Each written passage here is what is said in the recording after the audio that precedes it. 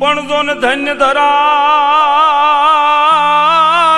ધરા સૌરાષ્ટ્રની જ રે અને જ્યાં જુનાણે ગઢ ગીરનાર પણ જો ને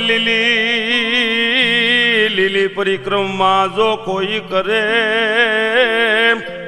એની 84 મટી જાય।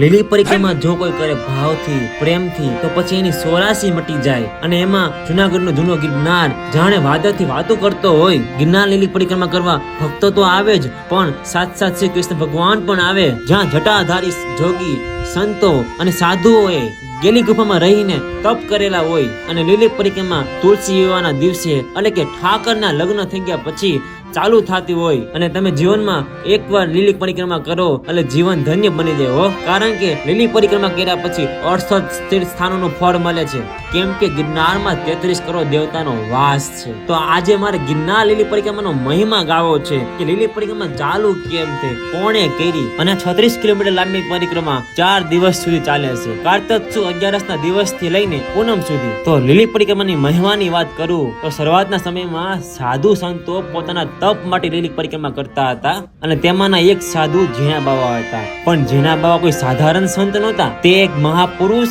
અને એક દિવ્ય આત્મા હતું, અને એના તપ અને પરાક્રમોથી ઈશ્વર પસંદ થયા અને આશીર્વાદની સાથે એક વરદાન માંગવાનું કહ્યું। ત્યારે સંત શ્રી ઝીણા બાવાએ સહજતાથી કહ્યું કે મારે બીજું કાંઈ નથી જોતું, પણ મારી એવી ઈચ્છા છે કે આ ગિરનારની લીલી પરિક્રમા સંત મહાત્મા જ નહીં પણ આ ભૂલોકના બધા લોકો કરે એવી મારી ઈચ્છા છે। અને એ જ સમયે ભગવાન શ્રી નારાયણે કહ્યું તથાસ્તુ, અને ઈશ્વરની માયાથી તે જ સમયે શરૂઆત થઈ ગિરનાર લીલી પરિક્રમા। પ્રાચીન કાળથી ગિરનારની ભૂમિ ઉપર સંતોએ મહાત્માઓએ તપ કર્યા છે, એટલે ભૂમિ તપભૂમિ કહેવાય છે। એટલે જ ભૂલોકનું કોઈ પણ વ્યક્તિ આ ગિરનારની લીલી પરિક્રમા કરે તેને ઈશ્વર આશીર્વાદ જરૂર આપે છે। તો ખરેખર ગિરનારની લીલી પરિક્રમા એકવાર જીવનમાં કરવી જોઈએ, જીવન ધન્ય બની જશે। અને આવા જ ગિરનાર લીલી પરિક્રમાના રહસ્યમય વિડીયો જોવા માટે ચેનલને સબસ્ક્રાઇબ કરી દેજો।